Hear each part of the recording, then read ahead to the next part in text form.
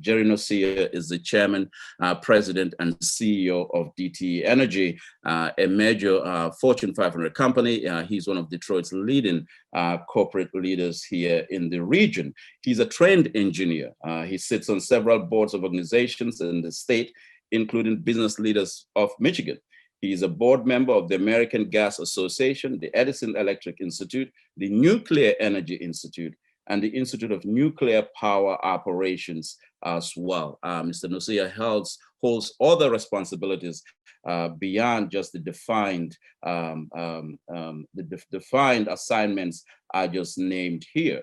But he's unique. He's one of the few industry captains who understands this issue of poverty. The PuLSE Institute is very, very careful in terms of the platform and who comes on the PuLSE Institute platform, because we like to engage with business leaders who are conscientious and who understand that this issue of poverty is inescapable and is something that we must continue to face head on.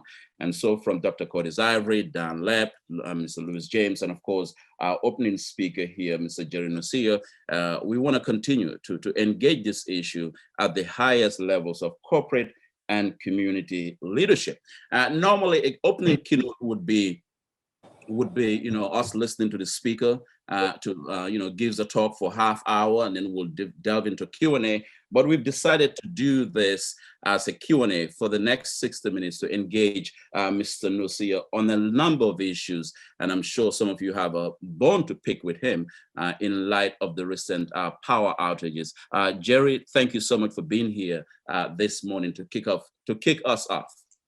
Good morning, Bankole, and thanks for having me here. It's certainly an honor and a pleasure to be with you this morning. All right, I want to begin. There's so much I want to talk to you about in the next hour here, and I also want to note quickly before I go into it, Jerry, we have 15 students from Detroit Public Schools who are joining us, and 2 students are going to be asking you questions in the second half of the Q&A. But I want to go straight into the issue of the power outage here in the region.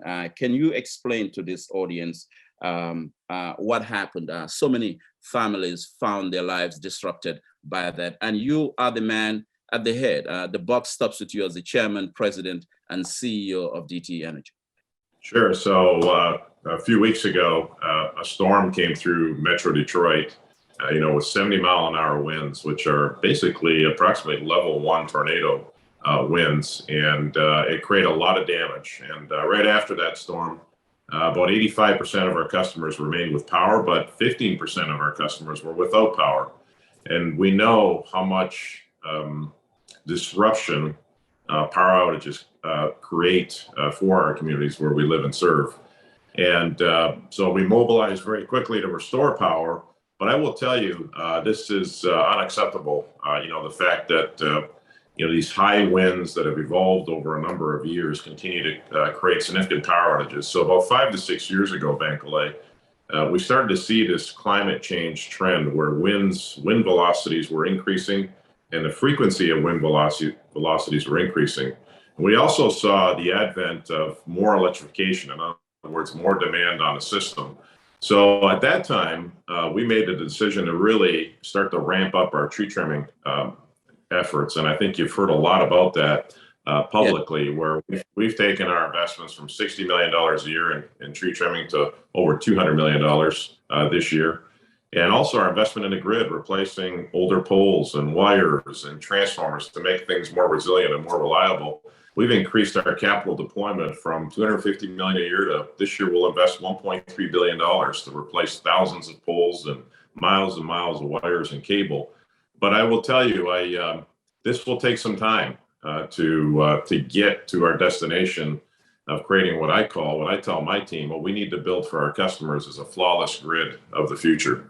And that will take heavy investment, and it will take time. Every day, every week, every year, our system is better, but still at an unacceptable state when we have these high wind events that tear up trees and damage homes and also damage our wires.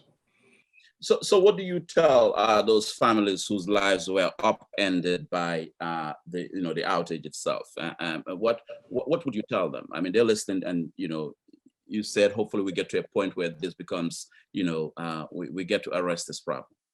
Well, first of all, I tell the families, I know your pain, I know you're suffering when you go through a power outage. In today's modern society, power is fundamental to power our lives. People working from home, families that have children, this creates a lot of turmoil for families and people. And so one is know that DTE is doing all they can do to sort of remediate this as we've seen weather patterns change and we're seeing demand coming. We are preparing for this, but it's going to take some time. And we ask for patience, but we also know that we restore as quickly as possible. Like, for example, in 48 hours, we had 95% of our customers back on. And within 3 days, we were essentially done restoring customers. So it does take time to restore, but we mobilized over 3,000 people and put 3,000 people on the job immediately. Then we're working 16, 18 hours a day. And we need to get the trees off our system. So we need cooperation from our homeowners and businesses to get trees off the wires. And we also need support to make the necessary investments to take a system that wasn't built for 70 to 80 mile an hour winds to make it resilient to those type of climate attacks, if you will. I want to pivot to the theme of this conference, and that is an equitable economy that works for the poor. Talking about your role, in 2019, you became the new chairman, CEO, and president of DTE Energy here. Where do you see, given that Detroit, you are a major stakeholder in this city, whether people like it or not, but Detroit also has an unflattering designation, which is one of the highest concentrations of poverty in the nation. Where do you see DTE under your leadership in addressing this question of economic inequality? Well, Bankole, you and I have had this conversation, many times, and I believe at DTE Energy, our mission is the most noble mission, which is to serve the poor. The most noble cause at DTE is to serve the poor, to bring our products and services to those who have the least amount of resources. And it really takes two forms, two things that we're heavily invested in. One is about 10 years ago, we introduced legislation that created a low-income self-sufficiency plan. Basically, what that plan did is it provided federal and state aid to energy bills up front to create dignity in the process, to lower customers' bills so that they could lower them to an affordable level. So, for example, a customer that has no resources, their bill was lowered to $75 a month. And that brought a lot of dignity, because in the past, what would have to happen is a customer would have their services removed, and then they would go line up at a DHHS office for 8 hours to try and get energy assistance. And what we did is we turned that model upside down and said, let's give customers a lower bill that they can afford so that they can have dignity in the process. And the success rate of that program is astounding. We went from 95% failure rate using the old model to 95% success rate. And we're trying to expand that.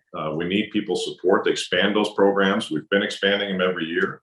We're thankful for President Biden's administration that doubled the amount of federal assistance that came in the form of energy assistance. And that's helped tremendously, especially through the pandemic. So that's number one. The second thing is we're in the business of creating hope through employment. DTE invests heavily in the communities that it serves, and it also creates the opportunity for jobs, either directly with DTE or with our contractors that do the work for us. And we've created tremendous resources in the community around youth employment, preparation for employment, tree trim academies where we're training new apprentices that can become tree trimmers, which is a massive, we've got 1,500 people in the field every day trimming trees around high power, high voltage lines.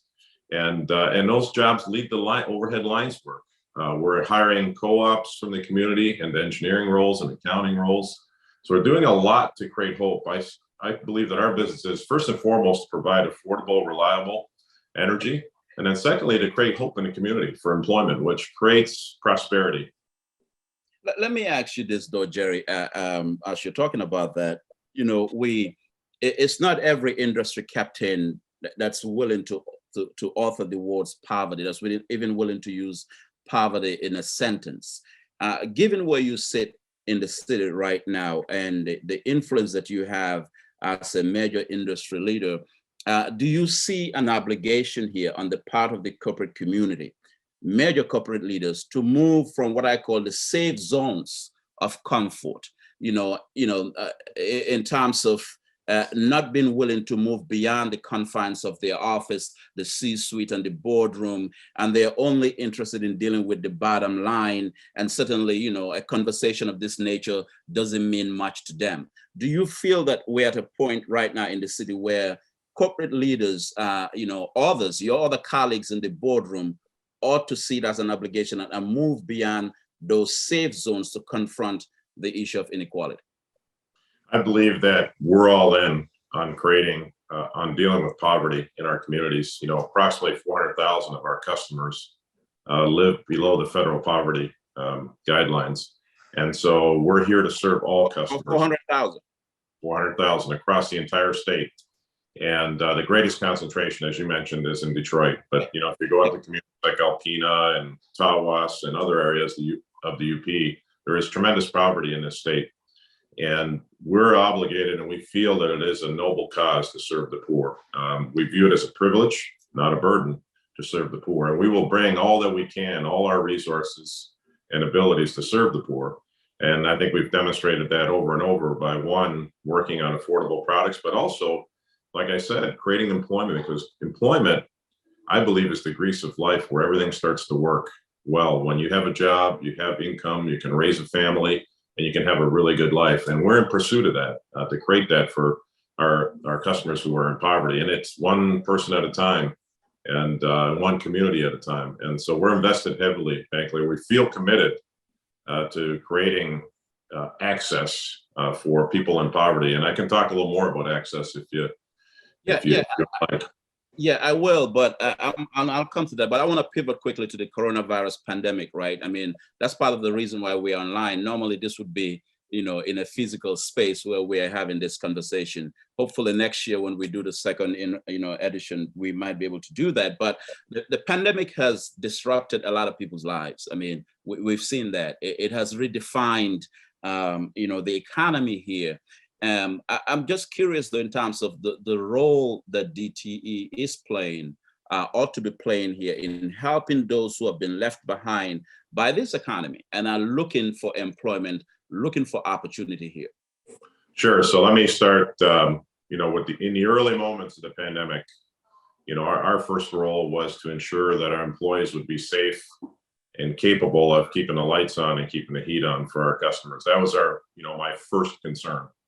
My second concern, within 5 to 7 days after I felt, okay, we've got a plan on how we can keep our people safe and do the work that they do to keep the lights on and keep the heat on, was our most vulnerable customers, which is customers in poverty. So many people lost their jobs, started losing their jobs. People are working in restaurants, people are working in small businesses.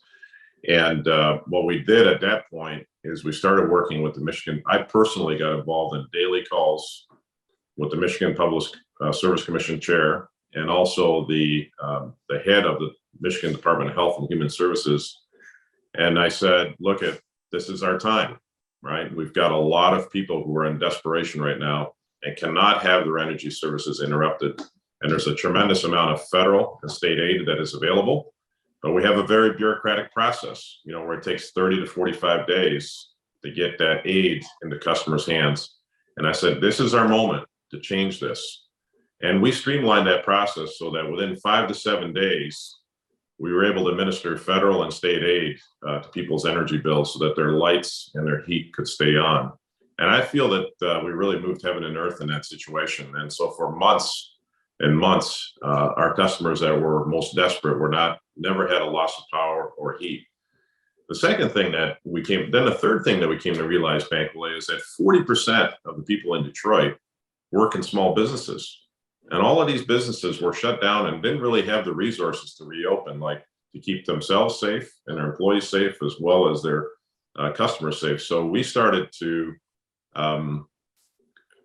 we stood up a call center and a resource center for safety equipment like masks and hand sanitizers that these small businesses could use, and also procedures on how to conduct themselves and keep themselves safe and their employees safe, as well as their customers, and they were able to reopen, and people started going back to work, which means income started to flow, and the desperation started to come out of the community. So we thought that that was really important. The other thing that we did early on is our supply chain people were able to secure masks when hospitals could not, and firefighters and police departments. And what we did is we distributed over 2 million masks to hospitals and firefighters. So we did a lot to alleviate that concern as well. And then the last thing was really, we started to see that children were going to really be highly impacted in poor communities when schools got closed in order to protect them from the virus. To the extent that we mobilized an effort to distribute 50,000 tablets. The one thing I didn't know, Bankole, that really struck my heart is that 90% of the kids in Detroit in the public school system did not have access to an electronic device.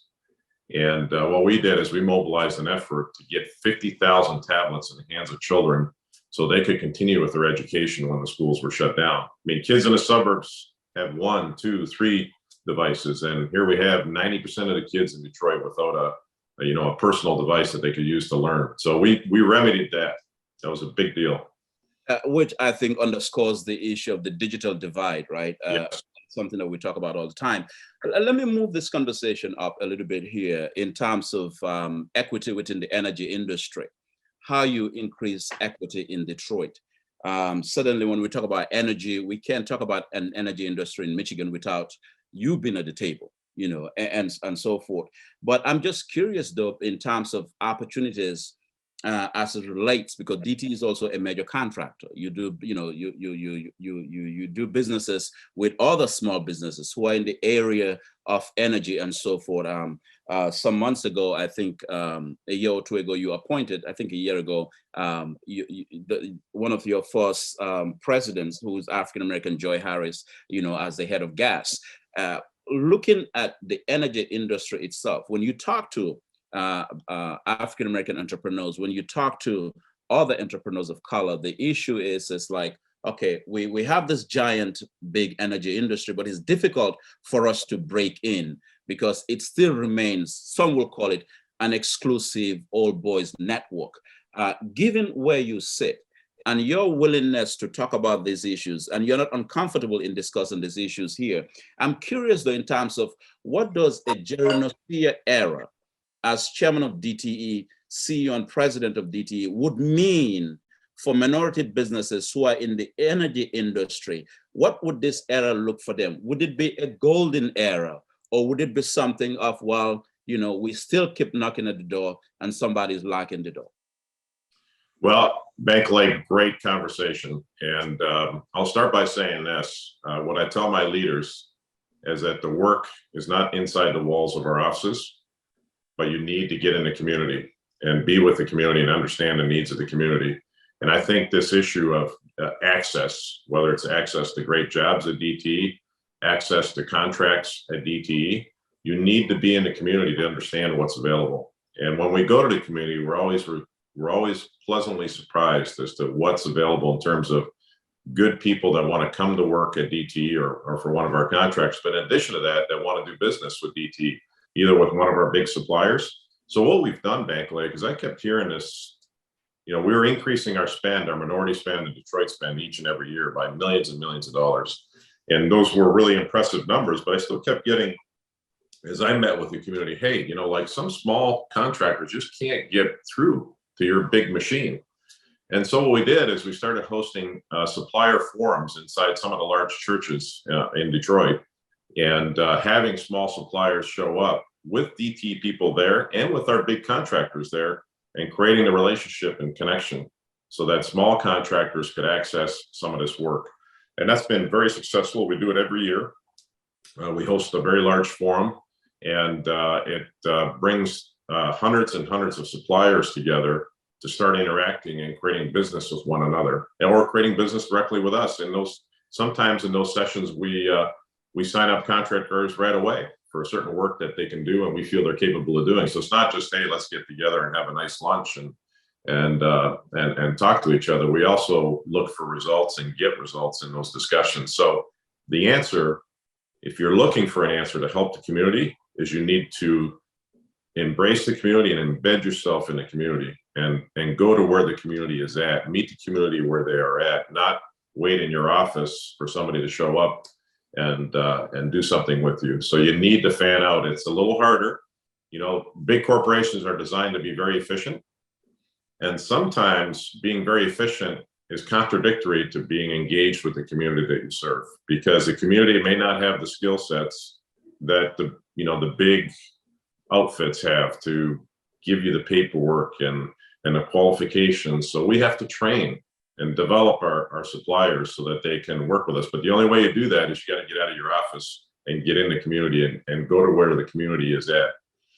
And you know, Jerry, this takes me to another question which directly connects to your answer here, and that is this issue of diversity in corporate America. You know, it's this Armageddon battle. I don't know if I can describe it that way, but you know, there's this incessant need. There's a moral urgency, if you will, to diversify corporate America in terms of who you have. You know, who does a Jerry Norcia listen to within the confines of a major industry like DTE? You know, who does, you know, the CEO of another, you know, major company listen to within the confines of that industry? The question of diversity in terms of, you know, who is at the table. And I mean it in the sense that not just giving people titles and say, oh, you know, that's the outreach coordinator. You know, there's so much the outreach coordinator can do, but somebody with executive level power who can move decisions, because we know Jerry Norcia, it's busy. He's busy dealing with the board and all kinds of issues, but somebody with executive power. Talk about that though, in the context of DTE under your leadership moving forward. I'm interested in understanding what your philosophy would look like, because this is your time, this is your era, this is the Norcia regime. So Bankole is something I'm really proud of. If you look at the executive leadership team of DTE, if you look at the lineup, and I wish I could show it to you, but I think you know many of the people. It is the most diverse, most senior leadership team that we've ever had at DTE Energy. You know, we've got the first female African-American business unit president in the history of DTE, and likely. And that happened this year or last year? That happened about a year ago. And you know, Joy Harris. So hold on. I think it's significant. So in the modern 100-year history, more than a century. Go ahead. Yes, yeah. I mean, we've been in business since 1849, and this is the first female. Since Reconstruction. Go ahead. Yes, and you know, it's an incredible accomplishment. And I started, and I've known Joy for 20 years. I've mentored her for 20 years, and I personally took an interest in her to develop her for 20 years. And it was really because of the abilities that I saw, right? And her capabilities. I just thought, wow, this woman is a rising star. This young woman is a rising star, and I really need to nurture her and coach her to be. And I kept giving her bigger and bigger jobs. And about 4 or 5 years ago, in my conversations with her, you know, I put her into one of the biggest jobs, which is to build our new power plant in St. Clair County, $1 billion project, which she built on time and on budget during the pandemic with an 8-week interruption. I mean, that is an incredible accomplishment. And that's just one of her accomplishments. So she's a very accomplished woman in terms of business results. She's very engaged in the community and has a lot of passion for the community. She grew up in Detroit and in the Detroit area. Was educated in Detroit, so a lot of connection to Detroit, and she is just a fabulous leader. So that's one leader. Joanne Chavez, Hispanic woman. Her parents were from Mexico. She rose from nothing, you know, and but had a gread family and great upbringing in Southwest Detroit. She's my general counsel. You know, that's a top position at DTE. Diane Tishan, head of human resources, female, white female. So my point is, and then we've got a few men in key positions, but we also have Renee Tamina, Arab American woman, who leads our multi-billion-dollar investment agenda at DTE, like all the wires, the power plant, renewables investments. I mean, very prominent roles for a very diverse group of people. So I'm proud of our lineup. It's the best it's ever been. Doesn't mean we don't have to do more. We can always do more, but and we've got a great bench that's coming behind, a very deep bench of talent is coming behind these people. And the people that I'm talking about, they've got a very bright future. You know, I'm not getting any younger, but I think I have a good number of years left in me at DTE, but I'm preparing some of this diverse talent for the future leadership of DTE and perhaps even more senior positions. So as you're speaking, I'm just thinking, my mind kept going back to DTE 1849 during the period of Reconstruction here. And all of this is happening recently, though. People may look at it and say, this is, DTE has a long, long walk to freedom more to do. I mean, these are accomplishments you've laid out, though. Can you reflect on the company, though? I mean, because this is happening under your, can you reflect on the company here in terms of, what could have been done that has not been done? And moving forward, what would look differently? When you look back at this major corporation, can you reflect? Because, what you just named to me did not happen in 1980, 1970. It's happening right now in more than 100 years.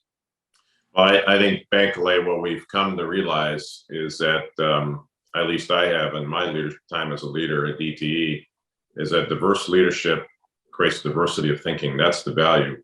And you have to put extreme value on that from a bit. You need to know and need to believe with your heart that diversity creates business success, because different ideas, and if you create different opportunities and create success in the future, and people who are diverse understand their community. And we serve, what I say is the success for DTE is that our composition of our leadership team and our workforce reflects the composition of our community in terms of diversity, because those are the people we're here to serve. We're a service company. Our fundamental work is to serve people. And so you need to understand the people you're serving. Well, who understands people best that are serving are the people who come from those communities and look like those communities. And so I'm a firm believer that business success is founded, especially if you're in a service industry, is founded on being a reflection of the community that you serve from a diversity perspective. That's our aspiration. That's our goal.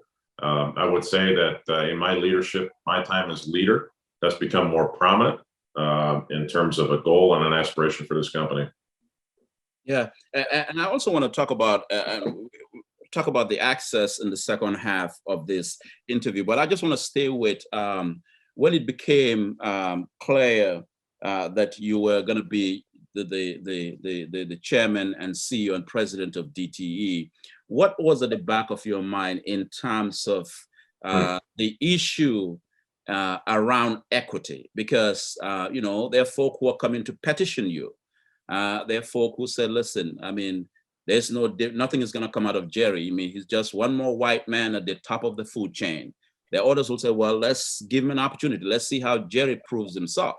But to Jerry himself, looking at yourself in the mirror, Michael Jackson, the man in the mirror, what were you thinking in terms of this community and the question of equity, inequality, which is driving this forum this morning? So I would say I'll start at the highest level, Bankole. As I thought about becoming CEO, I believe in God pretty deeply, strong faith, and I felt what I asked for was to ensure that I could serve the people of DTE and the customers of DTE in the best possible way, and especially those who are poor. That I felt that I was placed at DTE to serve the poor, because I have a great passion for people who are in poverty, because my family came from poverty in Italy after World War II and came to Canada to seek a better way, a better life for themselves and for their kids. And they were given the opportunity to do that. And so I feel that my mission in life, a big part of the mission in my life at DTE and after I leave DTE, will be to alleviate poverty and to continue on this journey. And that's how I serve God. And so for me, it's a deep connection to faith, as well as to my mission at DTE. And I don't want to ask you about the pontiff, because this is not a national Catholic forum when you talk about faith. But I'm gonna move on from that. I know we both love Pope Francis. Yeah, I am a fan of Pope Francis. I think he's this era's greatest anti-poverty champion.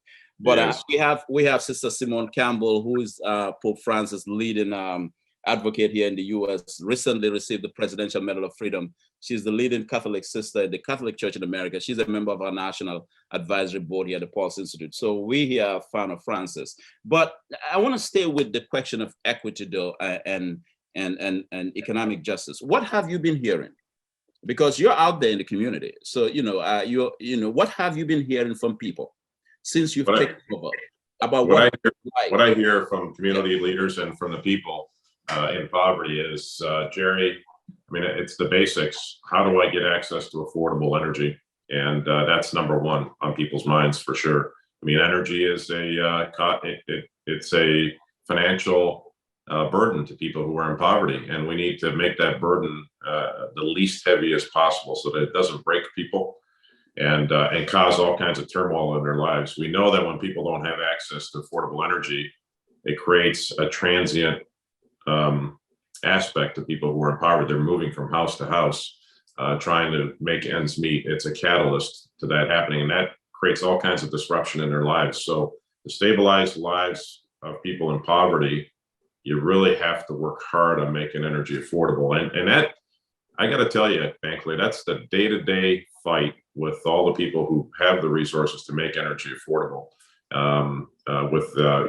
Trying to promote programs and keep those programs alive. There's always opponents that want to take that away. So it's a constant battle, and we have to remain vigilant in Lansing as well as in Washington. And I've got people in Lansing every day fighting this fight, and in Washington for poor people, to make sure that the resources come to our communities to serve the poor. That's number one. The second thing I hear in the communities is, how do I get a job? How do I get access to all of these investments that you're making in terms of jobs? So that's number two. And then number three, which is probably at this point a distant number three, is how do we get access to clean energy? And the reason I say it's distant is not because it's not important, but when you're in poverty, the most important things is, how do I keep my lights on and my heat on, and how do I get a job so that I don't have to rely on the government for assistance? People want dignity and they want hope. And so that's what I hear in the community, more affordable energy and a job and access to work. And that, I can tell you about all the programs that we've got in each of those areas if you like.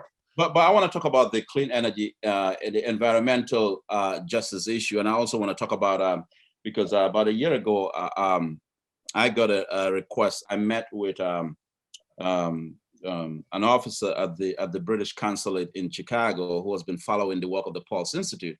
And they were coming to Detroit and wanted to meet to talk about this issue of clean energy. But I want to talk about that on the other side of the break. Let's go on a quick break. We'll be right back, of course, here at this conference on economic justice with Jerry Norcia, the chairman, president, and CEO of DTE Energy. Stay with us right back. We'll be right after this break. All right, we're back with the chairman, president, and CEO of DTE Energy, Mr. Jerry Norcia. Our opening keynote. This is a different kind of keynote, by the way, because we're having a Q&A conversation, and I think you get a lot out of that in terms of just the issues that we have raised so far with Mr. Norcia. Again, this is the PuLSE Institute Economic Justice Conference. Jerry, a couple of questions though, before I come to the question of access in terms of opportunities you've talked about, and what DTE, a question just came in terms of DTE looking for now and in the future. But I would just want to touch on this question in terms of how the energy bills have increased 20% in the last year. Nonprofits are not exempt from paying bills. What do you do? What's the delicate balance here in helping nonprofits that are committed to addressing the question of poverty, that are in the trenches and so forth? Certainly, in the last 3 years during the pandemics, the depths of the pandemic, Bankole, we did not increase our bills. And actually, not only did we not increase our bills, but we invested heavily in organizations like the Heat and Warmth Fund, the United Way, where we put more than $20 million to work in those organizations to provide assistance to the most vulnerable customers. And those organizations, and the Salvation Army, I don't want to forget that organization, 3 great organizations. And what they do is they really provide a service to our customers where our customers are most desperate and kind of run out of options. It's the last stop for them to make sure that people don't fall through the cracks and lose their energy supply. So that's so we've kept rates flat for 3 years. We've also invested heavily in the community in terms of donations to help with our most vulnerable customers. Now, we did file for a price increase several months ago that will come into effect in November, and that's to be resolved by us and the Public Service Commission. And and it's our first increase in 3 years. And it's really not about increased expenses at DTE. It's all about investment in the grid and investment in green energy. And that's really all it is to fund those types of investments. And, it's our belief that we need to make these investments with some modest price increases in order to build the grid of the future so that we're ready for the worsening climate, both from a green energy perspective and a grid perspective, as well as worsening climate conditions, if you will. And I want to go into the issue of clean energy. It invokes the entire environmental justice movement. I've read in the paper, you guys settled with Sierra Club Environmental Justice Group and so forth. I just want to know, in terms of, from your perspective as the one who has the final say in the company, your view of the environmental justice within the context of fighting poverty. Bankole, my view on this is that it goes back to access, right? We can talk about access from jobs and prosperity perspective, but access to clean energy should be for everyone, right? It shouldn't just be for the affluent or the wealthy who can afford, clean energy. So we've got in front of the commission and are working with several communities, Detroit, Highland Park, and Rouge, to create access to clean products for our residential customers in those communities and business customers. We've got a program called My Green Power. And what we want to do is make that, which is really a program that builds solar assets dedicated to serve customers who enroll in those programs. But those programs cost money. And so what we want to do is make those programs not only affordable to those who have money, but also to those who have the least amount of resources. Because I believe people in poverty should also have access and contribute to the build out of clean resources in the state of Michigan. So we've got that in front of the commission. We want to be successful in that arena. And so we'll more to come on that. We've built solar assets in the city of Detroit at O'Shea Park, for example, where we took an abandoned city park and built a beautiful solar array that the community is very proud of. And it's right off of I-96. And it's a really that we want to do more and more of that, and we're looking for support from our commission and the state government to make those kind of investments on behalf of customers in poverty. Yeah, I want to pivot to education, because we can't have this conversation without education and poverty and the nexus and all of that. But before I ask the question on education and community colleges, let me go to, we have 2 students here that we invited 15 students who are here thanks to Mr. John Baudry at Woods Construction. We have Mary Youngblood and Emmanuel King. Let's start with Mary Youngblood. Your question for Mr. Jerry Norcia. Good morning. Morning. I was wondering, what do you think the downfall of Detroit public schools were, and the downfall of Detroit in general? Well, the first question, I'll have you repeat the second one, but let me answer the first question. The downfall of the Detroit public school system, I would say it was funding, right? The way the school systems are funded is by the number of students that are in the public school system. When people left Detroit en masse, and the city went from being a city of 2 million people to now 700,000 people, that meant that the funding for students in Detroit went way down for the school systems in Detroit. And I think that created a state of disinvestment in the schools themselves, like the infrastructure, the teachers, and then created all kinds of debt in order to remediate that. And that put the school system in a really, really bad place. And it wasn't until the debt was removed off the schools, and now we have federal money coming in to repair or rebuild these schools, that I think we get to a better place. We're very supportive in that. We're actually working very closely with Dr. Beatty on helping him build a project management system to appropriately invest the hundreds of millions of dollars that he's received from the federal government. So I think we're on a recovery path, but I do agree there was a huge down in terms of the quality of the infrastructure. Teachers weren't being paid enough. There was not enough money in the system to really have a great school. And that's really unfortunate, because that hurt a lot of young people. The second part of Mary's question is on the problems facing Detroit, just as the problems that have faced the Detroit public schools. Say that again, Bankole, the problems facing Detroit, the challenges that Detroit is facing. I would say that, again, I go back to the way you create prosperity is you create work. I'm a very firm believer in that. And I think that's the biggest impact a company like DTE can have, is to create work for people, which helps, people rebuild their homes, rebuild their families, helps the city have revenue to do the good things they need to do to keep high quality city services. So I think it all starts with work. I mean, if you look at the history of Detroit, what the decline of Detroit started in the 1950s, when, there was massive layoffs and you had thousands and tens of thousands of people without work.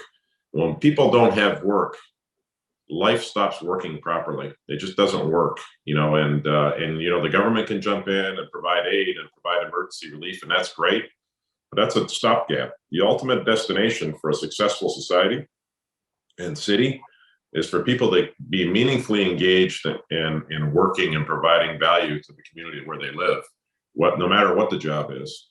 And I think as corporate citizens, we need to enable that as much as we possibly can. And it's not easy. It's not easy work, because there's a lot of wraparound work you need to do with people who have never been exposed to the work environment before. Yeah. No, and Emmanuel King, hold your question, because I need to bring a question into what Mr. Norcia said. I'll come to Emmanuel King from Detroit Public Schools as well. Jerry, to that point of providing work for people, I want to talk about community colleges, community colleges here. Let's take, for example, the most obvious is Wayne County Community College District. That's where we are. Detroit is the largest urban community college in the state of Michigan, roughly 70,000 students.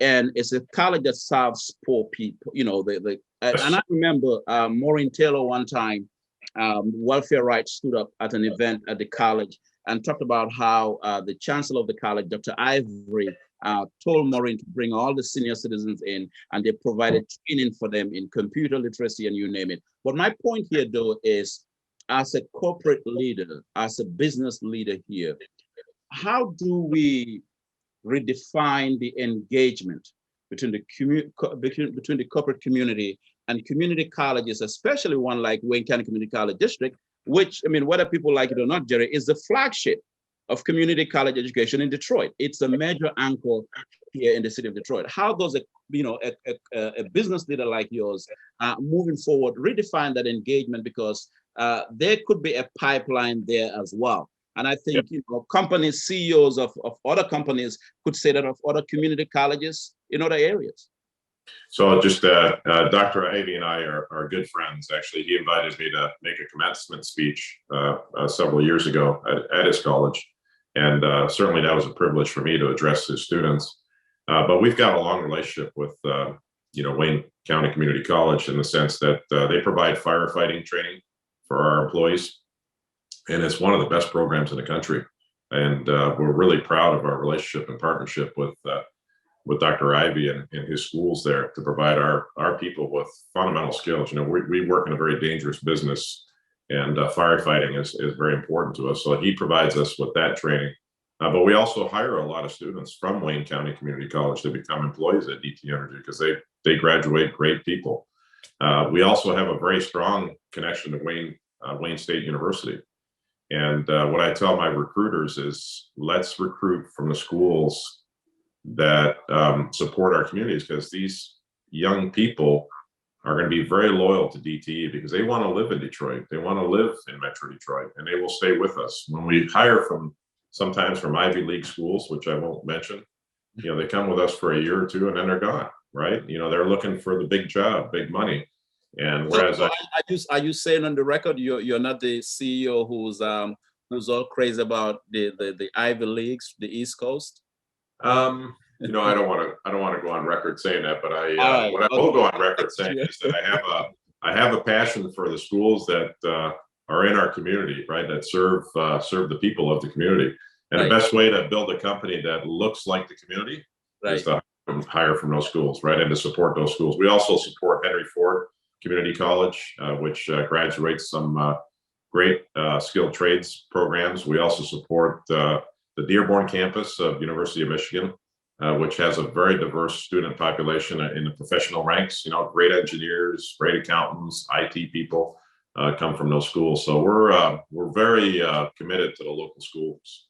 Right. So you're plugged into the community college here at Wayne County. Let me go to Emmanuel King from Detroit Public School. He's going to ask one of two questions, the second question. Go ahead, Emmanuel.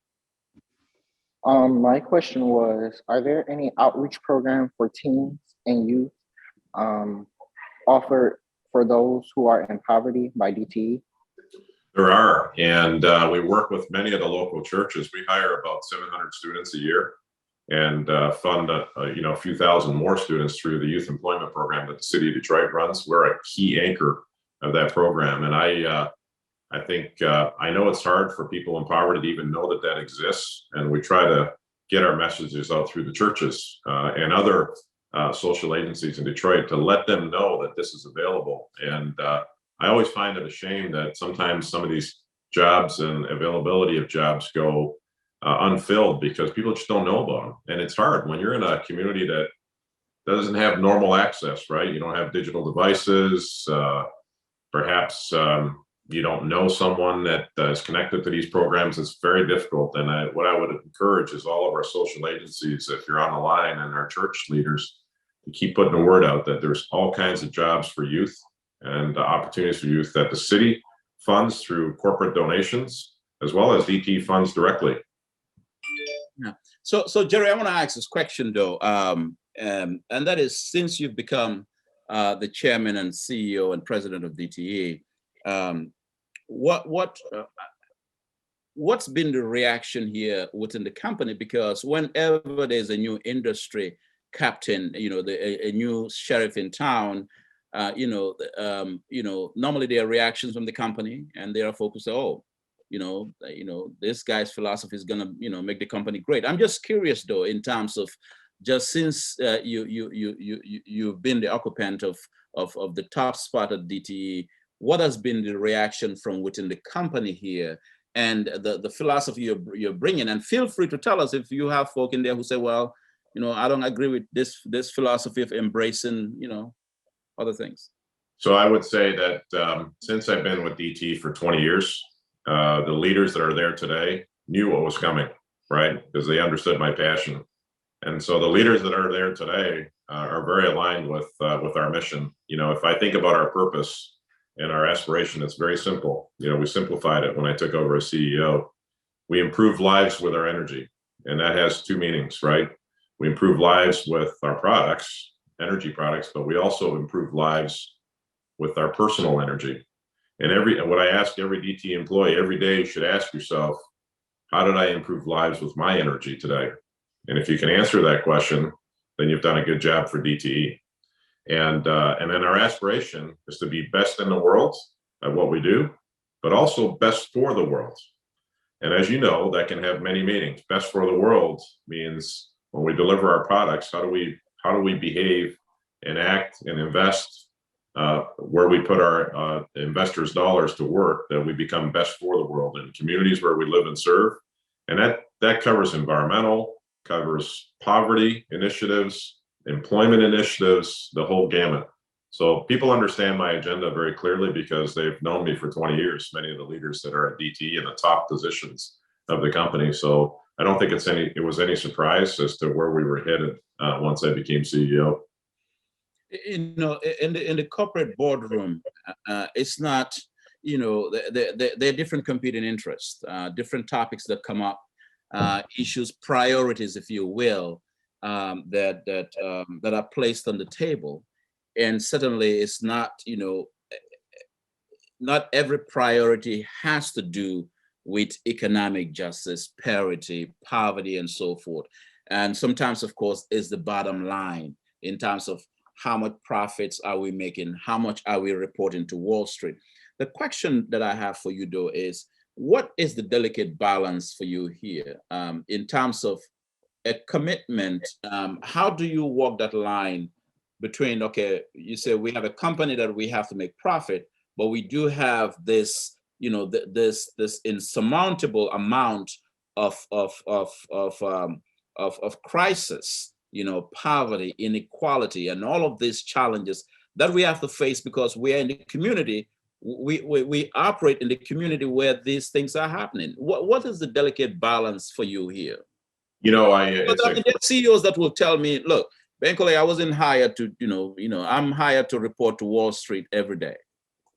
You know, Bankole, I've sort of turned that model upside down in my personal belief system, and I believe that many of my leaders, if not all my leaders, are of the same construct. That the fact that we can be healthy financially and successful from a profit perspective gives us the ability to make the tremendous investments in the community that we can make, right? And it's sort of circular. You know, if you're good to your employees, good to your customers, and good to your communities, then you will be successful financially. I think if you were not good to let's take the opposite. If you were not good to your communities that you serve and not good to your employees and your customers, then your whole financial picture starts to fall apart. So it's a very circular system in a sense that it feeds itself. And when you're really good to your stakeholders, your investors will be taken care of. And if your investors are taken care of and they're not putting pressure on you, then you can be really good to your customers and your communities and your employees. So that's what I wake up every day thinking about, those four stakeholders, and how do I create this balance so that we can continue this virtuous cycle, if you will, of creating prosperity in the communities where we live and serve. So it is a delicate balance, and you have to pay attention to all four, and you constantly got to make each one of them better, because the expectations of our customers and our communities is that we do more and more for them, and we should. And our investors have the same expectation. They always want more. So it's a constant body of work for our leaders and our company and our 10,000 employees that come to work every day to make that possible. And I'm grateful to our employees for that. Yeah, and in that light of the expectations, if we expand it a little bit just quickly here as we wind down, and that is, the expectations of the CEO would be very clear, but the expectations of the people that report under him might be different. And there are folk who will say, well, I don't support that philosophy. So I'm just curious in terms of, what do you say? Let's create a hypothetical scenario here where people are calling and they need help from DTE, and something is happening, and a particular director, a particular vice president says, well, dragging their feet and so forth. And then it becomes a big issue, and it blows up in your face as a CEO because the chairman, because it's your name that's out there that people are talking about. What is the reaction from you in terms of have you set expectations within the company itself that they understand that this is the direction we're going? So that's the first thing, is you need to set expectations and create alignment, right? That's how you successfully manage a large company. You need to create clear goals, and then alignment around those goals, and then you have to inspect progress, right? We're getting some feedback. Yeah, we're getting some feedback. I think we're good. Go ahead. Sorry about that. So really, the best measure is prevention, right? Of having that kind of misalignment.